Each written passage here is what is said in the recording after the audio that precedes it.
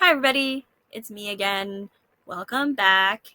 Welcome to the back end of YouTube, where I'm going to briefly let you see uh, my side of things. Uh, but I didn't expect to make a video this quickly. But I woke up today and I was just really surprised by the response that the last video got.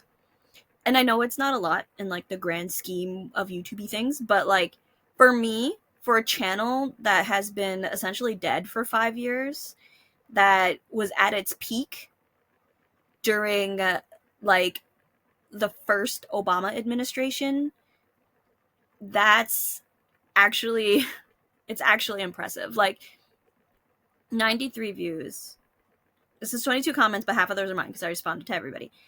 And so that's at least 10 comments because some people responded twice. And 16 likes. That's a lot. Like, that's a lot for a channel that I haven't posted to in 5 years.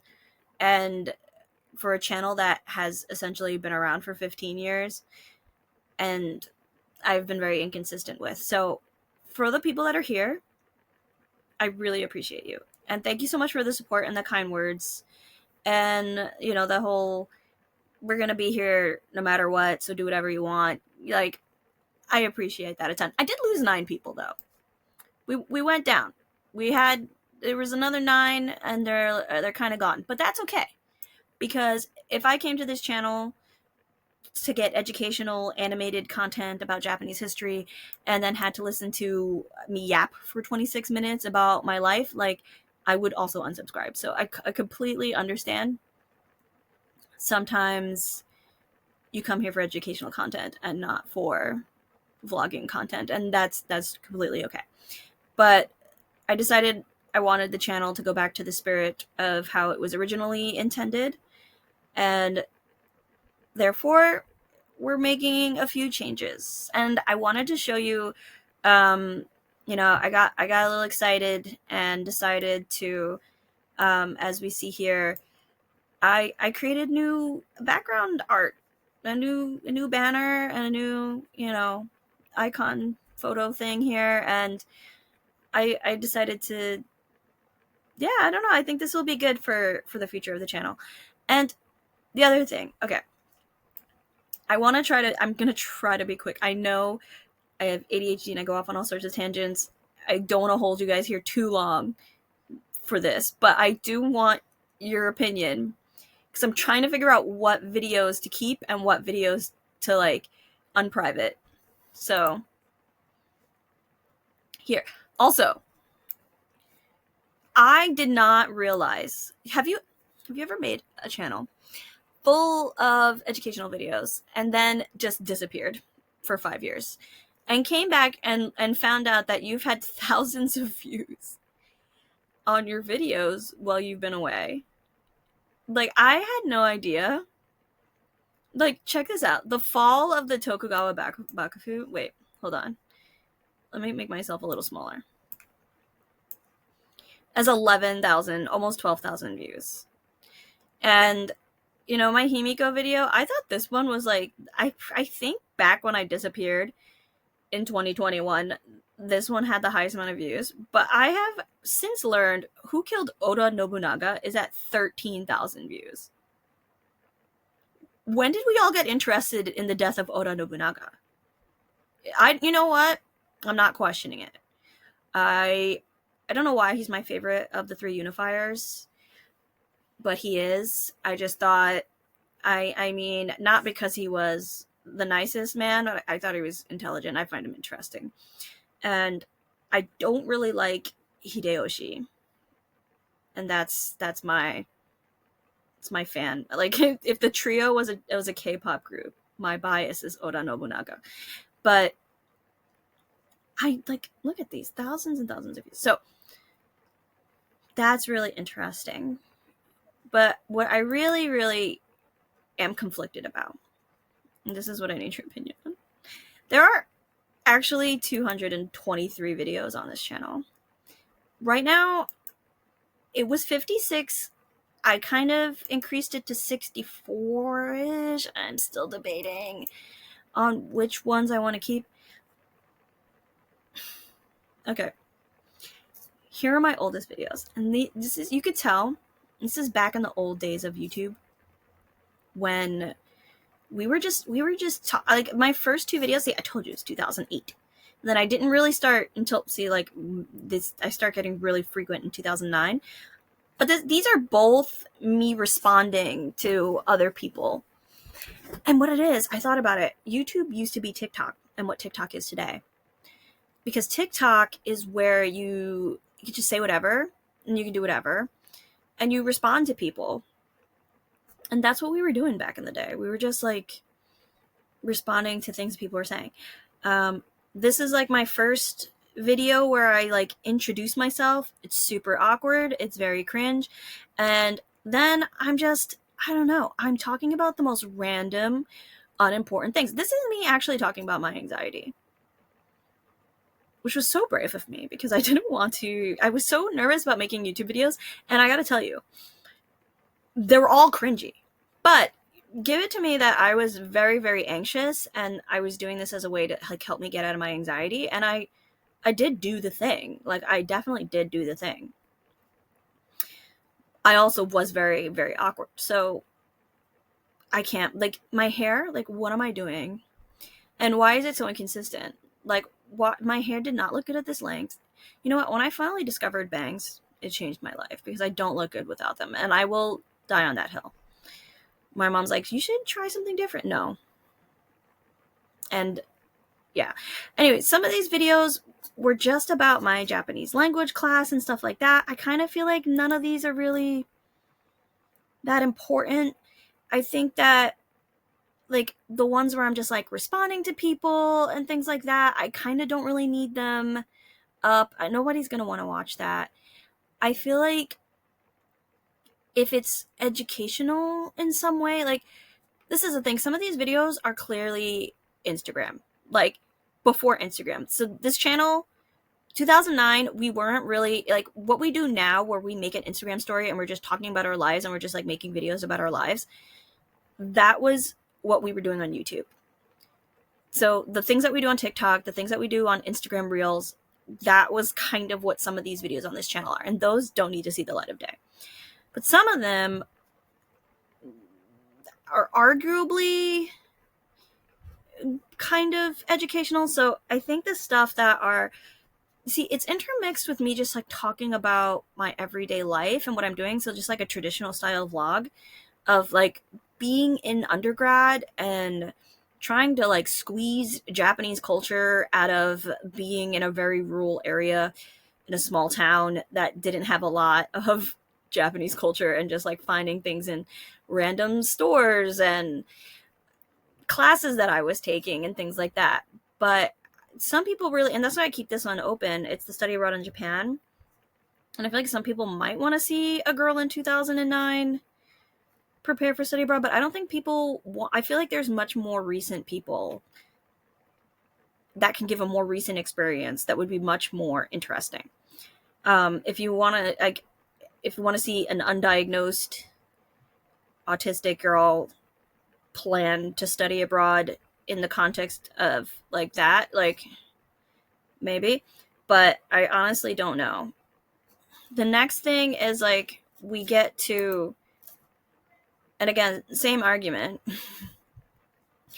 It's like, so we start planning the study abroad again, intermixed. This was so cute. This was for a project that Give Me a Break Man did that I don't even know if you can find it. I think you can. I think I did see that video still. I still have this domo. That's crazy. It's 2009. A lot of this is just, I don't think anybody cares. Like, why would you want my Japanese film and culture review of, I mean, different parts of Japanese culture from 2010? When I was like quite young. And like, now everybody has rice cookers. I mean, everybody had rice cookers in 2010. Like, what was I doing? Like, this is just me, a Hispanic girl with a rice cooker for the first time, and it changed my life. I love rice cookers now. I can't live without them. But now I live in an area where there's a large Asian American community that has always used rice cookers, and it's not really a thing. Like, these are the things that I mean, like, who wants to, like, I was just kind of going to, like, markets in New York that I found that were Japanese and things like that. And then there's the intermixed with, like, me getting my visa and, like, going through all that stuff, right? The fears that I had, preparations I had, and then I finally get to Japan, right? And then the rest going forward, this page and the next, is just me completely crashing out. Like, honestly, just me, like, crying over 4 different videos of, like, me making either a stupid decision, being upset and pretending I'm not, or just being upset and not pretending I'm not. And my first time at Hinamat City and all of these things, and, like, maybe, like, oh, things are getting better, and never mind, it got worse again. And this is the thing, like, a day in the life of a Kansai Gaidai student could be interesting. But in 2010, when it's 2025, like, as a historian, looking at people in the past do a thing is interesting to me. But to most people, I don't know. And I don't even think this is, like, a day in the life. Like, you can find day in the life videos that are super good. And this video is going to be more like me walking up a hill, talking. Without much more. I don't even know. I haven't checked it, to be honest. You know, me doing purikura. Like, if you want to know what Japan was like and study abroad was like in 2010, these videos are for you. But I don't know if there are people that want to see that, right? I really want to see it. And the other thing, here's the other problem. The videos are so cringe. Not just because I'm cringe, but because I have these intros. And the intros are essentially, like, they look like they were made on MS Paint. And with, like, the worst, like, transitions, and they just, like, fling everywhere onto the screen, and then the absolute loudest music, like, non-copyright music, just screams into your ears before it switches to the crispiest audio of not even, like, a webcam or what, like, a camera, not an I didn't have an iPhone until 2010, like 2012. Like, I didn't have an iPhone. Like, I had a camera, like an old, like an actual click camera, and I was recording all of these things on this camera, and I wasn't using a microphone. So it's a lot of these videos are a bit of a tough watch. If you're into the vintage aesthetic, maybe, and if you want to see undiagnosed girl cry, also that, like, because that it gets kind of worse. And then some of these are just, like, me just taking video footage of, like, walking around. And if you want to see what Shibuya and Shinjuku and Ikebukuro and Akihabara look like in 2010, be my guest. But this is basically just footage of, like, what we would do today on Instagram. Like, if I was, like, me on my trip to somewhere here in Japan, and I'm just, like, video of me at this museum or whatever, like, we do that today. So that's kind of just what this was. And then just, you know, more of that. And we get here. When I came back, I made some videos, like, talking about, like, we get more of that. And then me talking about some of my time and, like, the things that I did. And I have some of them in public because they were, like, I had a lot of, like, 10,000 views about me sleeping in an intercafe. Is wild. And that was that was a weird story. You see how I have fuzzy look? It's because my reason is dumb. But if you contextualize it as I have ADHD, and therefore I forget to do things on time, like get a hotel reservation on time.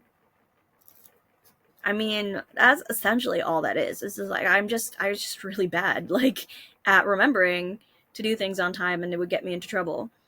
I don't know what to tell you. The main comments are like, that was so dumb, you shouldn't have got yourself in that situation. But I did.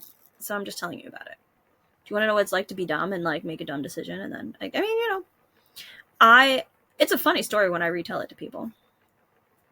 Why I think Japanese people are amazing is kind of cool, but I privated that one, and I don't know why.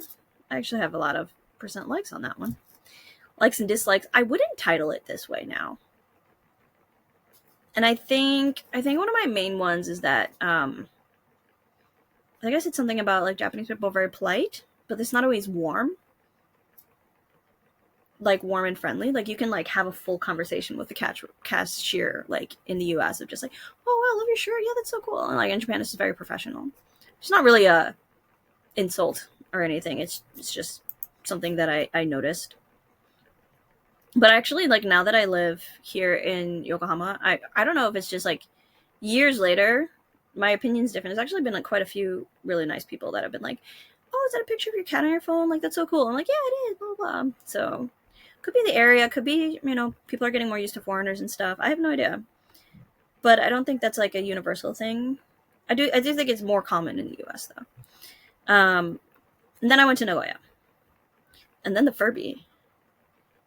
I got one of the Furby videos, and there's some stuff in here that are pretty, like they have some decent views, and like some of this is maybe educational, but I've been to the hospital in Japan now in 2025 and I had a different experience than I did here. And I mean, here's the thing, it's like I at hold on. Sorry, my homestay mom is yelling at the children to get ready or do something, which is very common. But I don't know. You probably couldn't hear it, but just in case. Anyway, a lot of these issues were kind of like, I come from a first generation household, and at the time, a lot of my family had never traveled before. Nowadays, I have one cousin that lived in Mexico for a few years as a missionary. Other than that, like when I was here in 2012, no one in my family had ever lived abroad. I didn't have the sort of support system at home and in person because again, I have trouble socializing, making friends, making relationships with people. It's part of my issues, and I didn't have a lot of support.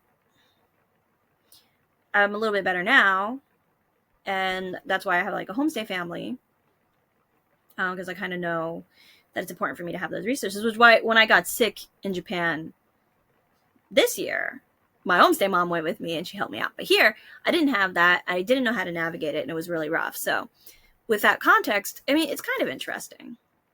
I had to wait in a really long line. I had never had a cold, just like a regular cold, where I also had a fever. And that's why I guess I was surprised. I thought it was something worse, but it's just like, no, you have a cold. And I was like, what colds do they have in Japan that give you a fever? This is crazy. I think since then I've had colds that give me a fever in the US as well. But you see, like, why should you learn katakana? I don't know what advice I give in this video. I know what advice I would give now. But do I trust 2012 lucidity to give proper advice on absolutely anything? I don't know. I don't know. I should make a video on why you should learn kanji, because like there's a level of Japanese that you get to and you're like, I'm so glad there's kanji. But when you start, you're like, why can't everything just be in hiragana? That would make life easier. It would not, actually. It would actually be terrible. Oh, here's a video where I did nice in Japan versus nice in the US. Actually, that's where I talk about the difference between, being kind versus being polite. Honestly, this is like, if I were to make this video today, there's like also a difference between like nice in like certain parts of the US versus other parts of the US. To be fair, this is not a universal concept to begin with, but around this point I was going to upload footage of me in Hawaii. Don't ask why. I don't know, because this was our Instagram back in the day. And not even because I feel like Instagram, when did Instagram start? It doesn't matter. And essentially I gave up halfway through that and then disappeared. And I made this video, and then I kind of said hi, and then had an update, and then I said I was going to do whatever I want with this channel, which I started doing that. I started like sort of experimenting. That's why you have like when I was sharing my flashcards I made, which by the way, that was just like a big hyper focus of mine. I don't even think the website that I made for this, that I was hosting the flashcards, exists anymore. And I've since, I just keep reinventing the wheel on how I do flashcards because my brain is the way my brain is. Um, I think this announcement has to do with me deciding that I was going to like do some history content, and we have like a mix of different things. How I study Japanese using Japanese pop music. I actually don't even listen to um, Morning Musume and Hello Project anymore, which is kind of sad. Sing Song got cancer, moved to Hawaii, and it just hasn't been the same. And that was like a decade ago. So now I listen to a lot of artists, Japanese artists, like Kenshi Yonezu is one of my favorite. And there's quite a few others, but and then I've also been listening to some K-pop. I'm sorry, sorry to all of Japanese pop music, but actually there's a lot of Japanese artists in K-pop groups as well. So, advice for studying and working in Japan with anxiety, not realizing that I also have other problems besides just anxiety. Um, so I do have those public though. I do have like because I'm less cringy in 2010. I mean 2020. Sorry. I was full cringy in 2010. I'm less cringy in 2020. And then I have like this series of me kind of talking about my study abroad 10 years ago, but I think I had already hidden the content. And so you didn't even have, like, I just assumed some people would remember the old content, but I don't know. I guess it doesn't help. I not a lot of views. I mean, to be fair, I actually have quite a bit of views on these old videos. But I was just kind of rehashing, yeah, like my experience at Kansai Gaidai, and I don't even know what these say anymore. But it was just me yapping, and they didn't get a lot of views. See, like I got like 30 and 53 and 15 and whatnot. I had them privated. I guess I just unprivated them right now. Probably also cringy, to be fair. Why is this one unlisted? I don't know. Probably because I was getting made fun of or something. Fair. And yeah, because a lot of these things are just like bad decisions. And it's like, why did you make bad decisions? First of all, I didn't have a lot of good guidance. Second of all, I struggle to be a human being every day of my life.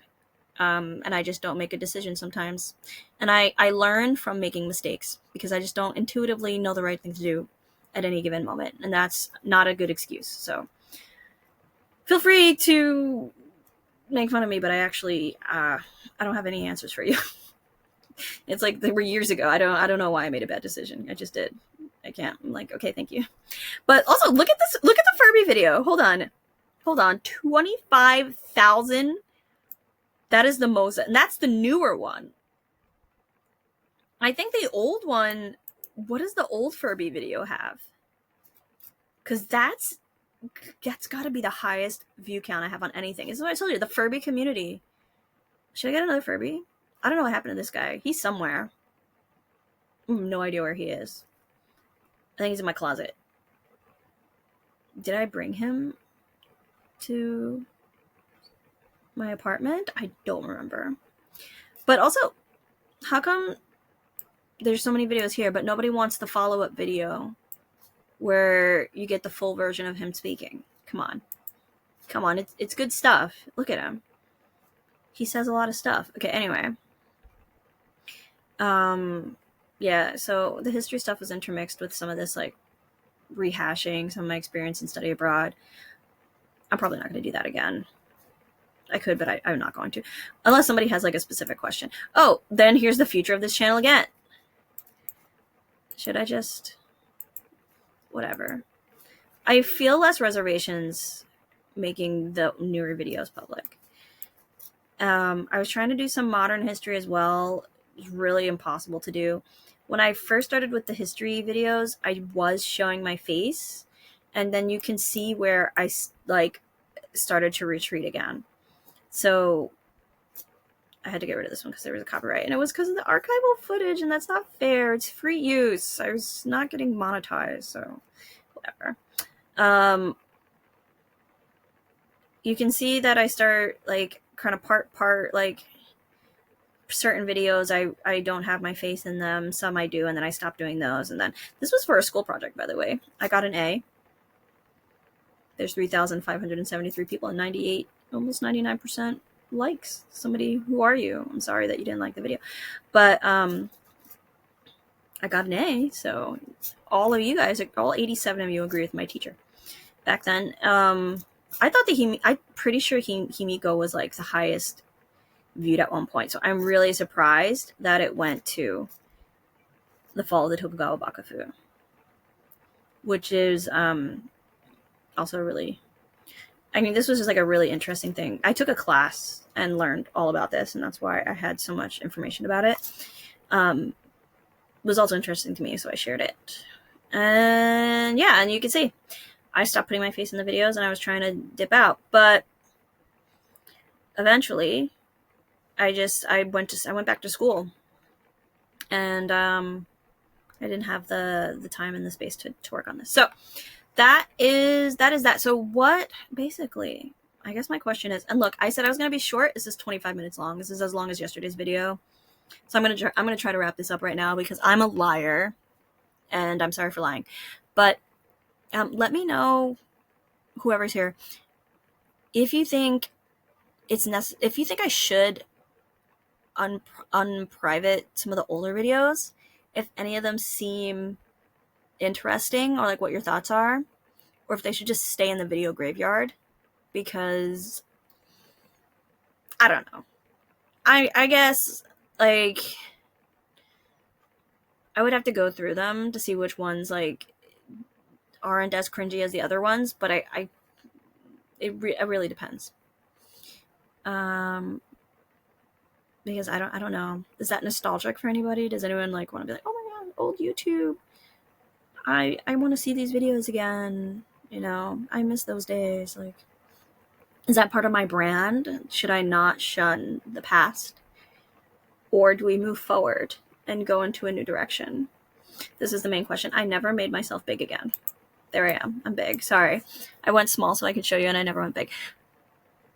I'm gonna end here so that we don't go on for too long. But thank you so much for watching again, and I hope to hear from you soon. So, bye-bye.